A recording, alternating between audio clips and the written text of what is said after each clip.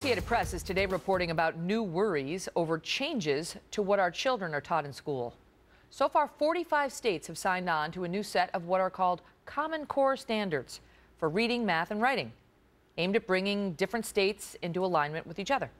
But now 9 states are having second thoughts about this, and we're hearing controversial claims about how the feds might use this program to data mine our students and their families.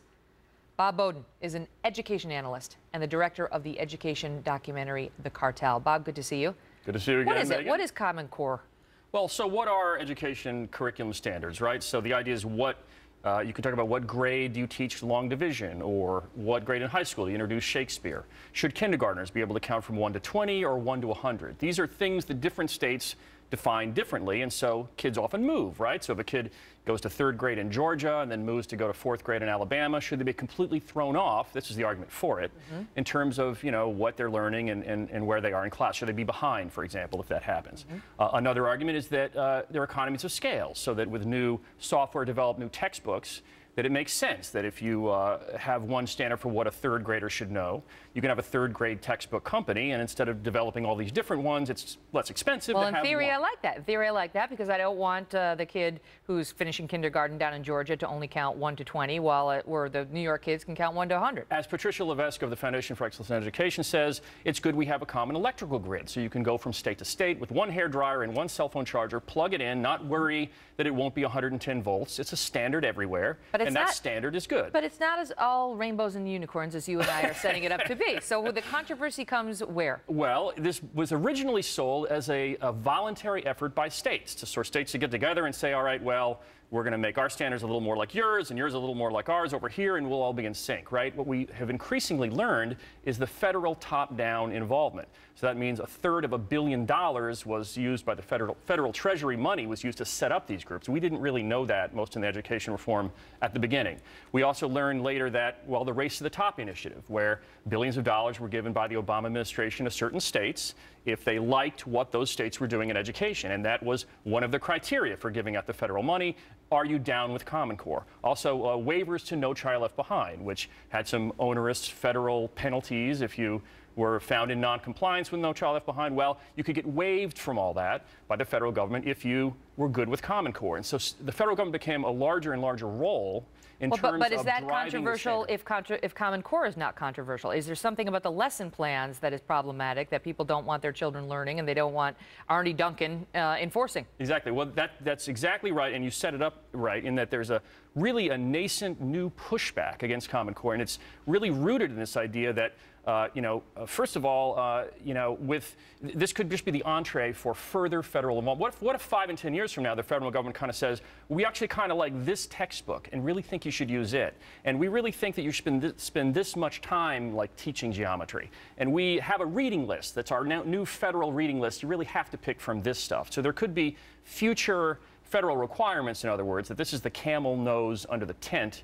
of federal involvement that people reject. Also, and you might say a larger concern, is we're just at the cusp of an explosion in innovation in education, right? We have online learning exploding. We have niche charter schools in almost every state. Many states now have voucher programs for private schools teaching certain specialized curriculum to different kinds of kids. And that right at this exact moment of, Starbucks adding 20 kinds of coffee, instead of just regular or decaf. In education, this is feared as a way to just implement a top-down, federalized ministry of education. One size fits all. One size fits all everywhere. One size does not necessarily fit all when it comes to educating children. Exactly. All children are different. As has been often said, you just need to meet 2 children to know that. And so now you have conservative groups like Tea Party groups opposing it, libertarian Hold on, I groups want to talk to you about that, why the Tea Party opposes it, and this business about data mining our children and their families, and we'll do that right after the break.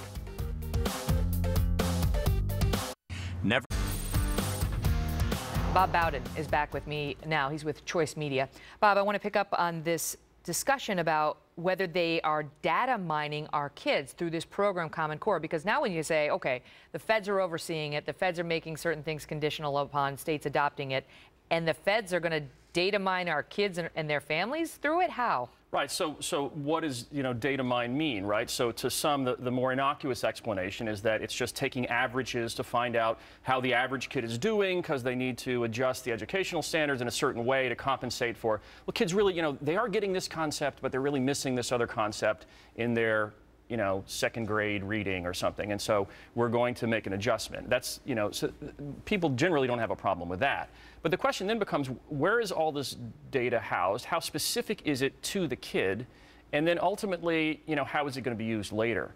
At the risk of controversy here, when Google had a program called Doodle for Google for children, they had an application children were supposed to fill out. They would basically doodle like the Google logo, and there would be a national contest. They would pick their favorite doodle. It would go on the website, right? So they asked for the Social Security, or at one point, they asked for each kid's Social Security number, children's Social Security number on the Google form. Unbelievable. Exactly. And so when that came out, they quickly, abandoned it. But they said, oh, no, it's just to make sure we don't get duplicate entries, was their reason. But ultimately, what sort of How much sharing do we want to do with the federal government at such a young age for our children?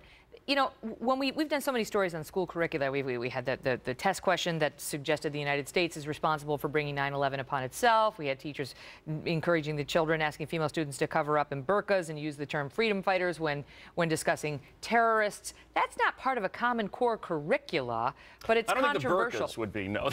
Right? So, I mean, but that's the danger in putting the decision-making on learning in the hands of one central authority. Maybe you disagree with that authority. I got to run, Bob. Thank you for your expertise. Anytime. Coming up, if you're just joining us, big development.